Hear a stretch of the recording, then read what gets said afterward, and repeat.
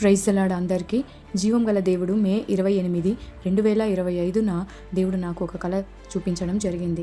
ఆ కళలో నేను ఒక చోట నిలిచి ఉన్నాను. నాకు ఇరువైపులా ఇల్లు కనబడుతున్నాయి. అలాగే ఎదురుగా కొండలు కనబడుతూ మరి ఆ కొండలు ఆకాశ మేఘాలను తాకుతున్నాయి. ఆకాశ మేఘాలు చాలా తెల్లగా ఉన్నాయి. మరి చుట్టుపక్కల ఉన్నటువంటి ప్రాంతం అంతా ఆకుపచ్చని ప్రాంతము, ఆ కొండల మధ్యన నీళ్లు ప్రవహిస్తున్నట్టు ప్రశాంతంగా ఉంది అని అందరికీ చెప్తున్నాను. కానీ అంతలోనే మరి భూమి నుంచి ఆకాశం అంత ఎత్తుగా ఒక జీవి అనేది 5 తలలతో నిలబడి ఉంది. కానీ దానికి శరీరం లేదు. గాలి అంటే బూడిద రంగులో ఉన్నటువంటి గాలినే ఆ జీవిలాగా నిలబడి 5 తలలుగా ఏర్పరచబడింది. అందులో ఒక తల సింహము, రెండవది ఎలుగుబంటి, మూడవది ఖడ్గమృగము, 4, 5 ముఖాలు కనబడుతున్నట్టుగా ఉంది. కానీ అవి ఏంటి అనేది మాత్రం నాకు సరిగ్గా కనబడలేదు. మరి సింహం మాత్రం ఒక చోట మనుషులను చంపివేస్తున్నట్టు, జనములు అరుస్తున్నట్టుగా దేవుడు చూపించాడు. అదే విషయాన్ని నేను జనములకు తెలియజేశాను. రెండవది ఎలుగుబంటి ఒక చోట జనములను చంపివేస్తున్నట్టు దేవుడు చూపించాడు. అది కూడా నేను జనములకు చెప్పడం జరిగింది. మూడవది ఖడ్గమృగము. ఆ ఖడ్గమృగం యొక్క ముక్కు మీద ఉన్నటువంటి ఆ కొమ్ము ఎంతో షార్ప్గా ఉన్నట్టుగా దేవుడు చూపించాడు. అది ఎంతో పదునుగా ఉండి మన వైపు దూసుకొని వస్తున్నట్టుగా, యెహోవా ఖడ్గము వలె మరి వస్తున్నట్టుగా దేవుడు చూపించడం జరిగింది. వెంటనే నాకు పారిపో అనేటువంటి స్వరం వినబడింది. వెంటనే నేను పారిపోయి వేరొక చోట దాక్కున్నాను. అప్పుడే ఆ గాలి వచ్చి ఎంతోమందిని మరి పడగొట్టడం చూశాను. అదేవిధంగా ఎంతోమంది నేల కూల్చింది, ఒక్కసారిగా నేల కూల్చి పడేసింది. అంతలోనే ఒక దేవుడు నన్ను ఒక వెహికల్ ఎక్కించినట్టుగా చూపించాడు. అది తెల్లని వెహికల్, ఒక వాహనము. అది ఎత్తున ఉంది, ఆకాశం అంత ఎత్తున ఉంది. దేవా, నేను ఇంత ఎత్తున్నాను, నన్ను కిందికి దించుము దేవా అని నేను దేవుణ్ణి అడగగా అది తగిన సమయం ఉంది, ఆయన కరెక్ట్గా ఆయన దించాడు. మరి దించిన తర్వాత చూసిన తర్వాత ఎంతోమంది మరి నేలన పడి ఉండడం చూశాను. యేసయ్య, దీని అర్థం ఏంటి అని నేను అడగగా యేసయ్య నిజానికి నాకు కొన్ని రోజుల నుంచి కొన్ని వాక్యాలు చూపించడం జరుగుతుంది.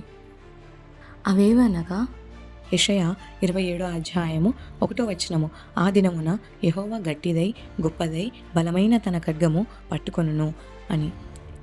ఇక్కడ దీని అర్థం ఏమనగా ఖడ్గము అనగా తెగులు అని దేవుడు ఇక్కడ చెప్పుచున్నాడు.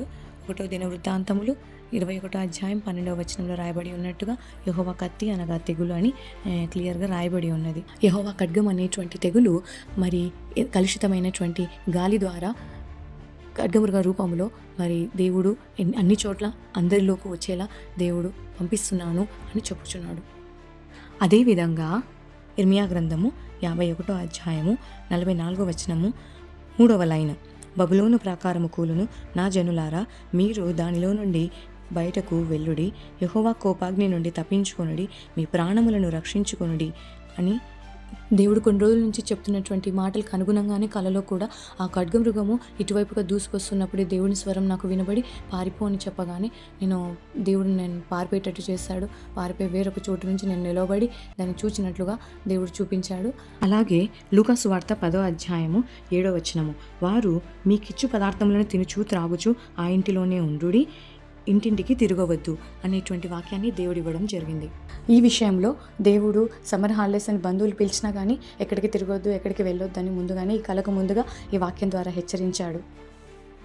కనుక ఎక్కడుండే వాళ్ళు అక్కడే ఉండమని దేవుడు హెచ్చరిక చేస్తున్నాడు తన ప్రజలకు. అలాగే యెషయా 24:1 యెహోవా దేశమును వట్టిదిగా చేయుచున్నాడు, ఆయన దాన్ని పాడుగా చేసి కల్లోలపరచుచున్నాడు అని దేవుడు చెప్పాడు. దేవుడు దేశంలో సమృద్ధిని తీసివేసి పాడు చేయబోతున్నాడు, కల్లోలం చేయబోతున్నాడు, చెదరగొట్టబోతున్నానని దేవుడు చెప్తున్నాడు. దీనికి కారణము మనుషుల అవిధేయత, దేవుని మీద తిరుగుబాటు చేయడము, దేవుని దూషించడం, దేవుని గురించి చెడ్డగా ప్రచారం చేయడము, దేవుని పేరు అడ్డం పెట్టుకొని కూడా మరి మనుషులు బ్రతకడము, ఈ విధంగా ఎన్నో జరుగుతున్నాయి. అదేవిధంగా సత్యాన్ని ప్రేమించక అబద్ధాన్ని హత్తుకొని ఉండడము, సత్యం కోసం పోరాడకపోవడము, సత్యం కోసం నిలబడకపోవడము, అదేవిధంగా పొరుగువాన్ని ద్వేషించడము, పొరుగువాన్ని హింసించడము, పొరుగువాన్ని లాక్కోవడం, పొరుగువాన్ని వేయడము, అదేవిధంగా మరి దేవుని సొమ్మును ఇష్టానుసారంగా అనుభవించడము, దేవుని దృష్టికి పరిశుద్ధంగా జీవించక మరి ఈ లోకానుసారంగా మరి వ్యర్థమైన వాటిని అనుసరిస్తూ జీవించడము, హెచ్చుగా ప్రవర్తించడం అనగా హెచ్చు చేష్టలు హెచ్చులుగా పోవడము, అదేవిధంగా హెచ్చు ఖర్చులు పెట్టడం అయితేమి, హెచ్చుగా నలుగురి పట్ల మా దగ్గర ఉంది అనే విధంగా ప్రవర్తించడం, ఇవన్నీ కూడా మరి గర్వానికి సూచన కనుక, అహంకారానికి సూచన కనుక, వీటన్నిటిని బట్టి కూడా దేవుడు అసహించుకుంటున్నాడు. మరి నీ కలిగిన దాన్ని బట్టి నువ్వు హెచ్చిస్తే మరి జీవం కలిగినటువంటి దేవుడు మరి నిన్ను చూసి దేన్ని బట్టి నేను హెచ్చించాలి?